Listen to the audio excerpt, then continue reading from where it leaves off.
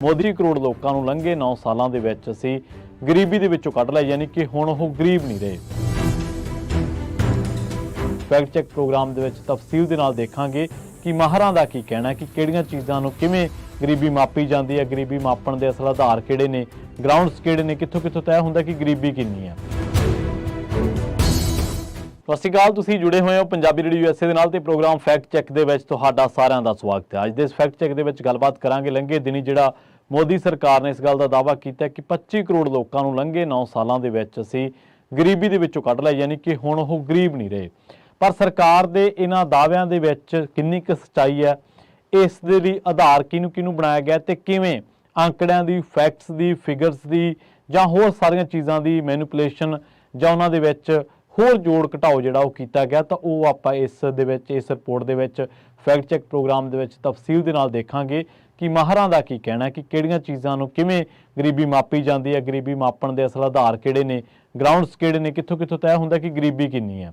ਪਰ ਇਹਦੇ ਵਿੱਚ ਸਰਕਾਰ ਤੋਂ ਹੀ ਸ਼ੁਰੂਆਤ ਕਰ ਲੈਂਦੇ ਆ ਕਿ ਅਸਲ ਦੇ ਵਿੱਚ ਸਰਕਾਰ ਕਹਿਣਾ ਕੀ ਚਾਹੁੰਦੀ ਹੈ ਤੇ ਉਹ ਕਹਿ ਕੀ ਰਹੀ ਹੈ ਤੇ ਉਹਦੇ ਅਰਥ ਕੀ ਨਿਕਲ ਰਹੇ ਨੇ। ਪਹਿਲੀ ਗੱਲ ਤਾਂ ਇਹ ਹੈ ਕਿ ਸਰਕਾਰ ਨੇ ਜਿਹੜੀ ਗੱਲ ਕਹੀ ਹੈ ਕਿ ਹੁਣ ਜਿਹੜੇ ਗਰੀਬ ਨੇ ਉਹ ਭਾਰਤ ਦੇ ਵਿੱਚ, ਕਿਉਂਕਿ ਪਿਛਲੇ ਦਿਨਾਂ ਦੇ ਵਿੱਚ, ਪਿਛਲੇ ਸਾਲਾਂ ਦੇ ਵਿੱਚ ਹੀ ਕਹਿ ਲੈਂਦੇ ਆਪਾਂ, ਸਰਕਾਰ ਨੇ ਇੰਨਾ ਕੰਮ ਕੀਤਾ ਕਿ ਗਰੀਬੀ ਘਟ ਗਈ ਹੈ ਤੇ ਹੁਣ ਭਾਰਤ ਦੇ ਵਿੱਚ ਜਿਹੜੀ ਗਰੀਬੀ ਆ ਉਹ ਤਕਰੀਬਨ 11% ਦੀ ਜਿਹੜੀ ਉਹ ਰਹਿ ਗਈ ਆ। ਤੇ ਇਸ ਦੇ ਹਿਸਾਬ ਦੇ ਨਾਲ ਜੇਕਰ ਆਪਾਂ 11% ਦੀ ਗਰੀਬੀ ਨੂੰ ਦੇਖਦੇ ਹਾਂ ਤਾਂ ਸਰਕਾਰ ਦੀ ਆਪਣੀ ਗੱਲ ਹੀ ਝੂਠੀ ਪੈਂਦੀ ਹੈ, ਕਿਉਂਕਿ ਇਹਦਾ ਮਤਲਬ ਇਹ ਬਣਦਾ ਕਿ ਦੇਸ਼ ਦੇ ਵਿੱਚ ਸਿਰਫ 15 ਕਰੋੜ ਲੋਕ ਆ ਜਿਹੜੇ ਗਰੀਬ ਰਹਿ ਗਏ ਆ। ਤੇ ਜੇਕਰ 15 ਕਰੋੜ ਲੋਕ ਗਰੀਬ ਰਹਿ ਗਏ ਆ ਤਾਂ ਫਿਰ ਸਰਕਾਰ ਜਿਹੜੀ ਗੱਲ ਕਰਦੀ ਹੈ ਕਿ ਅਸੀਂ ਆਉਣ ਵਾਲੇ 5 ਸਾਲਾਂ ਦੇ ਵਿੱਚ 80 ਕਰੋੜ ਲੋਕਾਂ ਨੂੰ ਮੁਫਤ ਅਨਾਜ ਦੇਵਾਂਗੇ, ਤਾਂ 80 ਕਰੋੜ ਲੋਕਾਂ ਨੂੰ ਮੁਫਤ ਅਨਾਜ ਦੇਣ ਦੀ ਨੌਬਤ ਕਿਉਂ ਆਈ ਹੈ, ਜਦ ਕਿ ਤੁਹਾਡੇ ਕੋਲ ਤਾਂ ਗਰੀਬ ਹੀ 15 ਕਰੋੜ ਆ ਨਾ। ਤੁਹਾਡੇ ਅੰਕੜਿਆਂ ਦੇ ਹਿਸਾਬ ਨਾਲ ਤੁਸੀਂ ਕਹਿ ਰਹੇ ਹੋ ਕਿ ਗਰੀਬ ਤਾਂ ਘਟ ਰਹੇ ਆ। ਜੇ ਗਰੀਬ ਘਟ ਰਿਹਾ ਤਾਂ ਕੰਜ਼ੰਪਸ਼ਨ ਕਿਉਂ ਘਟ ਰਹੀ ਹੈ? ਸਭ ਤੋਂ ਵੱਡਾ ਸਵਾਲ ਤਾਂ ਇਹ ਵੀ ਹੈ ਨਾ ਕਿ ਜੇਕਰ ਗਰੀਬ ਘਟ ਰਿਹਾ ਤਾਂ ਇਹਦਾ ਮਤਲਬ ਇਹ ਬਣਦਾ ਕਿ ਗਰੀਬੀ ਘਟੀ ਹੈ ਤੇ ਲੋਕਾਂ ਦੇ ਵਿੱਚ ਪਰਚੇਜ਼ਿੰਗ ਪਾਵਰ ਆਈ ਹੈ। ਤਾਂ ਫਿਰ ਜਿਹੜੀਆਂ ਸਾਬਣ, ਤੇਲ, ਘਿਓ ਵੇਚਣ ਵਾਲੀਆਂ ਕੰਪਨੀਆਂ, ਇਹਨਾਂ ਦਾ ਜਿਹੜਾ ਰੈਵਨਿਊ ਤਿਮਾਹੀਆਂ ਦੇ ਵਿੱਚ ਉਹ ਘਟ ਕਿਉਂ ਰਿਹਾ, ਇਹਦੇ ਬਾਰੇ ਵੀ ਆਪਾਂ ਗੱਲਬਾਤ ਜਿਹੜੀ ਆ ਉਹ ਜ਼ਰੂਰ ਕਰਾਂਗੇ। ਸੋ 15 ਕਰੋੜ ਲੋਕ ਜੇ ਸਰਕਾਰ ਦੇ ਅੰਕੜਿਆਂ ਹਿਸਾਬ ਨਾਲ ਕਹਿੰਦੇ ਕਿ 11.7% ਤੇ ਗਰੀਬੀ ਆ ਗਈ ਹੈ, ਤਾਂ 15 ਕਰੋੜ ਦੇ ਹਿਸਾਬ ਨਾਲ ਸਰਕਾਰ ਹੁਣ ਅਨਾਜ ਦੇ ਰਹੀ ਹੈ 80 ਕਰੋੜ ਲੋਕਾਂ ਨੂੰ। ਸੋ ਸਰਕਾਰ ਦੇ ਦੋ ਅੰਕੜੇ ਨੇ ਜਿਹੜੇ ਕਿ ਇੱਕ ਦੂਜੇ ਦੇ ਨਾਲ ਕੰਟਰਾਡਿਕਟ ਹੁੰਦੇ ਨੇ। ਦੂਜੀ ਇਹ ਕਿ ਥੋੜੇ ਦਿਨ ਪਹਿਲਾਂ ਗਰੋਥ ਜਿਹੜਾ ਉਹ ਇੱਕ ਨੰਬਰ ਆਇਆ ਸੀਗਾ ਤੇ ਉਹਦੇ ਵਿੱਚ ਇਹ ਗੱਲ ਕਹੀ ਗਈ ਸੀ ਕੰਜ਼ੰਪਸ਼ਨ ਦੇ ਮਾਮਲੇ ਦੇ ਵਿੱਚ, ਤੇ ਜੇਕਰ ਕੰਜ਼ੰਪਸ਼ਨ ਦੇ ਡੇਟੇ ਤੇ ਨਜ਼ਰ ਮਾਰ ਗਏ ਤਾਂ ਉਹ 4.4 ਆ, ਜਿਹੜਾ 7.7 ਹੁੰਦਾ ਸੀ ਕਦੇ। ਇਹਦਾ ਮਤਲਬ ਇਹ ਹੈ ਕਿ ਕੰਜ਼ੰਪਸ਼ਨ ਘਟੀ ਹੈ। ਇਹਦਾ ਮਤਲਬ ਇਹ ਹੈ ਕਿ ਲੋਕ ਹੁਣ ਆਪਣੀਆਂ ਜੇਬਾਂ ਦੇ ਵਿੱਚੋਂ ਪੈਸਾ ਨਹੀਂ ਕੱਢ ਰਹੇ ਤੇ ਸਰਕਾਰ ਨੇ ਜਿਹੜੇ ਗਰੀਬੀ ਕੱਢਣ ਵਾਲੇ ਜਿਹੜੇ ਤਰਕ ਬਣਾਏ, ਜਿਹੜੇ ਕਾਰਕ ਬਣਾਏ ਆ, ਉਹ ਬੜੇ ਹਾਸੋਹੀਣੇ ਨੇ। ਉਹ ਕਿਵੇਂ ਹਾਸੋਹੀਣੇ ਨੇ ਇਹਦੇ ਬਾਰੇ ਤਾਂ ਆਪਾਂ ਤੁਹਾਨੂੰ ਦੱਸਾਂਗੇ, ਅੱਗੇ ਜਾ ਕੇ ਦੱਸਾਂਗੇ, ਆਉਣ ਵਾਲੇ ਜਿਹੜੇ ਕੁਝ ਮਿੰਟ ਨੇ ਉਹਨਾਂ ਦੇ ਵਿੱਚ ਦੱਸਾਂਗੇ। ਹੁਣ ਜਿਹੜੀ ਮੰਗ ਦੀ ਮੰਦੀ ਹੈ, ਪਹਿਲੀ ਗੱਲ ਤਾਂ ਇਹ ਹੈ ਕਿ ਕੰਜ਼ੰਪਸ਼ਨ ਘਟੀ ਹੈ ਤੇ ਇਹਦਾ ਮਤਲਬ ਇਹ ਹੈ ਕਿ ਮੰਗ ਦੀ ਮੰਦੀ ਹੈ। ਮੰਗ ਦੀ ਮੰਦੀ ਕੀ ਹੈ? ਮੰਗ ਦੀ ਮੰਦੀ ਇਹ ਹੈ ਕਿ ਲੋਕਾਂ ਦੇ ਵਿੱਚ ਜਿਹੜੀ ਪਰਚੇਜ਼ਿੰਗ ਪਾਵਰ ਆ ਉਹ ਘਟੀ ਹੈ ਤੇ ਲੋਕਾਂ ਦੀ ਜਿਹੜੀ ਅਸਲ ਕੰਜ਼ੰਪਸ਼ਨ ਹੈ ਉਹ ਉਨੀਆਂ ਹੀ ਚੀਜ਼ਾਂ ਦੇ ਵਿੱਚ ਗੁਜ਼ਰ ਬਸਰ ਕਰ ਰਹੇ ਨੇ ਜਿੰਨੀਆਂ ਬਿਨਾਂ ਉਹਨਾਂ ਨੂੰ ਨਹੀਂ ਸਰਦਾ। ਮਤਲਬ ਉਹਨਾਂ ਨੂੰ ਆਟੇ ਬਿਨਾਂ ਨਹੀਂ ਸਰਦਾ, ਉਹਨਾਂ ਨੂੰ ਆਟਾ ਮੁੱਲ ਲੈ ਕੇ ਰੋਟੀ ਖਾਣੀ ਪੈਣੀ ਹੈ। ਪਰ ਉਹ ਦੂਜੀਆਂ ਚੀਜ਼ਾਂ, ਸਾਬਣ, ਤੇਲ ਜਾਂ ਹੋਰ ਗੈਸ ਉੱਤੇ ਜਾਂ ਹੋਰ ਪੈਟਰੋਲੀਅਮ ਚੀਜ਼ਾਂ ਉੱਤੇ ਜਾਂ ਨਹਾਉਣ ਦੀਆਂ ਚੀਜ਼ਾਂ ਉੱਤੇ ਉਹ ਪੈਸਾ ਨਹੀਂ ਖਰਚ ਕਰ ਰਹੇ, ਉਹ ਤੇਲ ਦੇ ਉੱਤੇ ਪੈਸਾ ਨਹੀਂ ਖਰਚ ਕਰ ਰਹੇ, ਤਾਂ ਕਿਉਂਕਿ ਉਹਨਾਂ 'ਚ ਸਮਰੱਥਾ ਹੀ ਨਹੀਂ ਹੈ ਇੰਨੀ ਕੁ। ਤਾਂ ਉਹ ਇਹ ਕੀ ਹੈ ਕਿ ਪਿਛਲੇ ਦਿਨੀ ਹਿੰਦੁਸਤਾਨ ਯੂਨੀਲੀਵਰ, ITC ਵਰਗੀਆਂ ਜਿਹੜੀਆਂ ਕੰਪਨੀਆਂ, ਇਹਨਾਂ ਦੀ ਜਿਹੜੀ ਸੇਲ ਆ ਉਹ ਤਿਮਾਹੀ ਦੇ ਵਿੱਚ ਘਟੀ ਹੈ। ਬ੍ਰਿਟਾਨੀਆ ਦਾ ਬਿਸਕਟ ਨਹੀਂ ਵਿਕ ਰਿਹਾ, ਬ੍ਰਿਟਾਨੀਆ ਦੇ ਬਿਸਕਟ ਦੇ ਵਿੱਚ ਵੀ ਮੰਦੀ ਦੇਖਣ ਨੂੰ ਮਿਲ ਰਹੀ ਹੈ ਤੇ ਸਰਕਾਰ ਕਹਿੰਦੀ ਕਿ ਅਸੀਂ 25 ਕਰੋੜ ਲੋਕਾਂ ਨੂੰ ਗਰੀਬੀ ਰੇਖਾ ਦੇ ਵਿੱਚੋਂ ਕੱਢਤਾ। ਹੁਣ ਅੱਗੇ ਸੁਣੋ, ਗਰੀਬੀ ਮਾਪਣ ਦੇ ਤਰੀਕੇ ਕੀ ਹੈ? ਦੁਨੀਆ ਭਰ ਦੇ ਵਿੱਚ ਗਰੀਬੀ ਮਾਪਣ ਦਾ ਜਿਹੜਾ ਤਰੀਕਾ ਮਲਟੀ ਡਾਈਮੈਂਸ਼ਨਲ ਪਾਵਰਟੀ ਇੰਡੈਕਸ, ਉਹਦੇ ਵਿੱਚ ਸਿਰਫ 10 ਚੀਜ਼ਾਂ ਨੂੰ ਕੰਸੀਡਰ ਕੀਤਾ ਜਾਂਦਾ ਹੈ, ਪਰ ਇੱਥੇ ਮੋਦੀ ਸਰਕਾਰ ਨੇ 12 ਚੀਜ਼ਾਂ, 2 ਵਿੱਚ ਹੋਰ ਐਡ ਆਨ ਕਰ ਲਈਆਂ। ਕਿਹੜੀਆਂ? ਇੱਕ ਤਾਂ ਇਹਨਾਂ ਨੇ ਐਡ ਆਨ ਕਰ ਲਈ ਹੈ ਮਲਟੀ ਡਾਈਮੈਂਸ਼ਨਲ ਪਾਵਰਟੀ ਇੰਡੈਕਸ ਦੇ ਵਿੱਚ ਕਿ ਕਿੰਨੇ ਲੋਕਾਂ ਕੋਲੇ ਬੈਂਕ ਅਕਾਊਂਟ ਨੇ। ਹੁਣ ਸਰਕਾਰ ਦੀ ਇੱਥੇ ਚਲਾਕੀ ਵੇਖੋ ਕਿ ਬੈਂਕ ਅਕਾਊਂਟ ਨਾਲ ਬੰਦਾ ਅਮੀਰ ਹੋ ਜਾਊਗਾ, ਕਿ ਬੈਂਕ ਅਕਾਊਂਟ ਦੇ ਨਾਲ ਉਹਦੇ 'ਚ ਇਕਨੋਮਿਕਲੀ ਸਮਰੱਥਾ ਆ ਜੂਗੀ, ਉਹਦੀ ਪਰਚੇਜ਼ਿੰਗ ਪਾਵਰ ਵੱਧ ਜੂਗੀ। ਪਰ ਪਿਛਲੇ ਦਿਨੀ ਤੁਹਾਨੂੰ ਯਾਦ ਹੋਣਾ ਇਹਨਾਂ ਨੇ ਡਿਜੀਟਲ ਇੰਡੀਆ ਦੇ ਨਾਂ ਹੇਠ, UPI ਪੇਮੈਂਟਸ ਦੇ ਨਾਂ ਹੇਠ ਹਰ ਬੰਦੇ ਦਾ ਬੈਂਕ ਅਕਾਊਂਟ ਖੁਲਵਾਇਆ ਤੇ ਉਹਨੂੰ ਐਡ ਕੀਤਾ ਕਿ ਜਿਹਦਾ ਬੈਂਕ ਅਕਾਊਂਟ ਆ ਉਹ ਗਰੀਬ ਨਹੀਂ ਹੈ। ਦੂਜੀ ਗੱਲ ਕਿ ਕਿੰਨੀਆਂ ਔਰਤਾਂ ਦੀ ਡਿਲੀਵਰੀ ਹਸਪਤਾਲ ਦੇ ਵਿੱਚ ਹੋਈ। ਹੁਣ ਆਮ ਤੌਰ ਤੇ ਹੀ ਭਾਰਤ ਦਾ ਜੇਕਰ ਸਿਹਤ ਸਟਰਕਚਰ ਦੇਖਦੇ ਹਾਂ ਆਪਾਂ ਤਾਂ ਉਹਦੇ ਵਿੱਚ ਬਹੁਤ ਵੱਡੀ ਗਿਣਤੀ ਦੇ ਵਿੱਚ ਪ੍ਰੇਰਿਆ ਜਾਂਦਾ ਹੈ ਕਿ ਔਰਤਾਂ ਨੂੰ ਹਸਪਤਾਲ ਦੇ ਵਿੱਚ ਉਹਨਾਂ ਦੀ ਡਿਲੀਵਰੀ ਕਰਵਾਈ ਜਾਵੇ। ਹੁਣ ਕੀ ਵਾਕਈ ਉਹਨਾਂ ਨੂੰ ਉੱਥੇ ਉਸ ਮਿਆਰ ਦੇ ਇਲਾਜ ਮਿਲ ਰਹੇ ਨੇ ਜਾਂ ਵਾਕਈ ਸਾਰੀਆਂ ਔਰਤਾਂ ਨੂੰ ਉੱਥੇ ਅਟੈਂਡ ਕੀਤਾ ਜਾਂਦਾ? ਕਿਉਂਕਿ ਕਿੰਨੀ ਵਾਰ ਆਪਾਂ ਇਹ ਖਬਰਾਂ ਸੁਣੀਆਂ ਕਿ ਫਲਾਂ ਥਾਂ ਹਸਪਤਾਲ ਦੇ ਫਰਸ਼ ਤੇ ਡਿਲੀਵਰੀ ਹੋ ਗਈ ਜਾਂ ਔਰਤ ਨੂੰ ਹਸਪਤਾਲ ਪਹੁੰਚਾਇਆ ਨਹੀਂ ਗਿਆ ਜਾਂ ਜੱਚਾ ਜਾਂ ਬੱਚਾ ਦੇ ਵਿੱਚੋਂ ਕਿਸੇ ਦੀ ਮੌਤ ਹੋ ਗਈ। ਹੁਣ ਤੁਸੀਂ ਅਗਲਾ ਜਿਹੜਾ ਇੱਕ ਤੱਥ ਆ ਉਹ ਤੁਸੀਂ ਦੇਖੋ ਕਿ ਪਿਛਲੇ ਲੰਘੇ ਸਾਲਾਂ ਦੇ ਵਿੱਚ ਭਾਰਤ ਦੇ ਵਿੱਚ ਭੁੱਖਮਰੀ ਇੰਡੈਕਸ ਤੇ ਨਜ਼ਰ ਮਾਰਿਓ ਤਾਂ ਪਤਾ ਲੱਗਦਾ ਕਿ ਭਾਰਤ ਦੀ ਹਾਲਤ ਕਿਹੋ ਜੀ ਹੈ। ਜੇ ਅਸਲ ਦੇ ਵਿੱਚ ਜਿਹੜੀ ਗੱਲ ਆ ਉਹ ਕਰਨ ਵਾਲੀ ਇਹ ਹੈ ਕਿ ਸਰਕਾਰ ਕੁਝ ਹੋਰ ਡਾਟਾਸ ਦੇ ਨਾਲ ਵੀ ਛੇੜਛਾੜ ਕਰਦੀ ਨਜ਼ਰ ਆਉਂਦੀ ਹੈ। ਉਹ ਡਾਟਾ ਕਿਹੜਾ ਹੈ? ਉਹ ਇਹ ਵੀ ਹੈ ਕਿ ਇੰਡੀਵਿਜੂਅਲ ਕੰਜ਼ੰਪਸ਼ਨ ਜਿਹੜੀ ਹੈ ਉਹ ਕਿੰਨੀ ਹੈ। ਮਾਹਰਾਂ ਦਾ ਕਹਿਣਾ ਇਹ ਹੈ ਕਿ 2004 ਤੋਂ ਲੈ ਕੇ 2012 ਤੱਕ ਭਾਰਤ ਦੀ ਆਰਥਿਕਤਾ ਤੇਜ਼ੀ ਦੇ ਨਾਲ ਵਧੀ, ਜਿਸ ਕਰਕੇ MPI ਮਤਲਬ ਮਲਟੀ ਡਾਈਮੈਂਸ਼ਨਲ ਪਾਵਰਟੀ ਇੰਡੈਕਸ ਦੇ ਵਿੱਚ ਵੀ ਸੁਧਾਰ ਹੋਇਆ।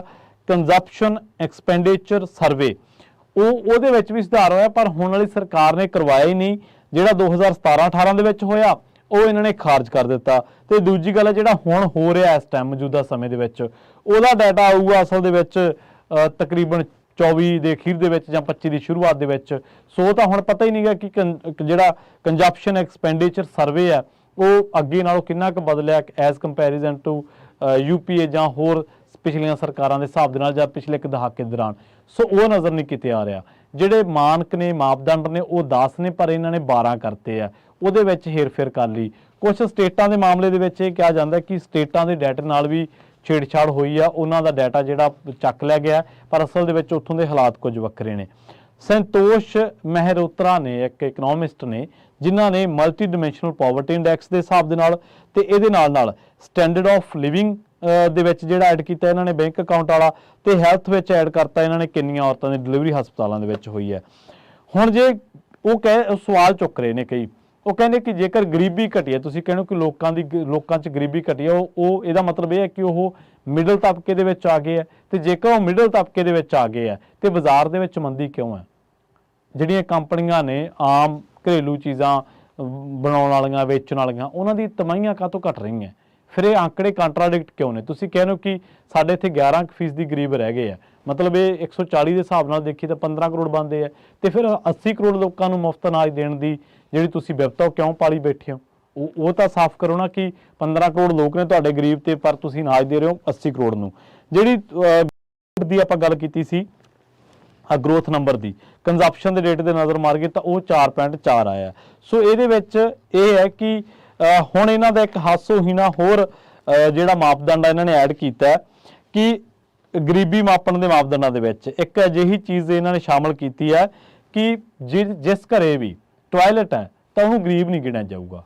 ਕੀ ਮਤਲਬ ਕਿ ਜੇਕਰ ਉਹਦੇ ਘਰੇ ਟਾਇਲਟ ਹੈ, ਕਿਉਂਕਿ ਤੁਹਾਨੂੰ ਪਤਾ ਹੋਣਾ ਨਾ ਪ੍ਰਧਾਨ ਮੰਤਰੀ ਸ਼ੌਚਾਲਾ ਸਕੀਮ ਵੀ ਇਹਨਾਂ ਨੇ ਬੜੀ ਪ੍ਰਚਾਰੀ ਸੀਗੀ ਤੇ ਉਹਦੇ ਤਹਿਤ ਰੂਰਲ ਏਰੀਏ ਦੇ ਵਿੱਚ ਦਿਹਾਤ ਦੇ ਵਿੱਚ ਬਹੁਤ ਵੱਡੀ ਪੱਧਰ ਤੇ ਬਣਾਏ ਗਏ ਸੀ ਕਿ ਉਹਨਾਂ ਦੀ ਥਾਲੀ ਦੇ ਵਿੱਚ ਪੌਸ਼ਟਿਕ ਭੋਜਨ ਹੈ ਜਾਂ ਨਹੀਂ ਹੈ, ਇਹਦੀ ਪਰਵਾਹ ਕੀਤੇ ਬਿਨਾਂ ਜਾਂ ਇਹਨੂੰ ਸ਼ਾਮਲ ਕੀਤੇ ਬਿਨਾਂ ਸਰਕਾਰ ਕਹਿ ਰਹੀ ਹੈ ਕਿ ਜੇਕਰ ਤੁਹਾਡੇ ਘਰ ਦੇ ਵਿੱਚ ਟਾਇਲਟ ਬਣੀ ਹੈ, ਸ਼ੌਚਾਲਿਆ ਹੈਗਾ, ਤਾਂ ਮਤਲਬ ਤੁਸੀਂ ਗਰੀਬ ਨਹੀਂ ਹੋ।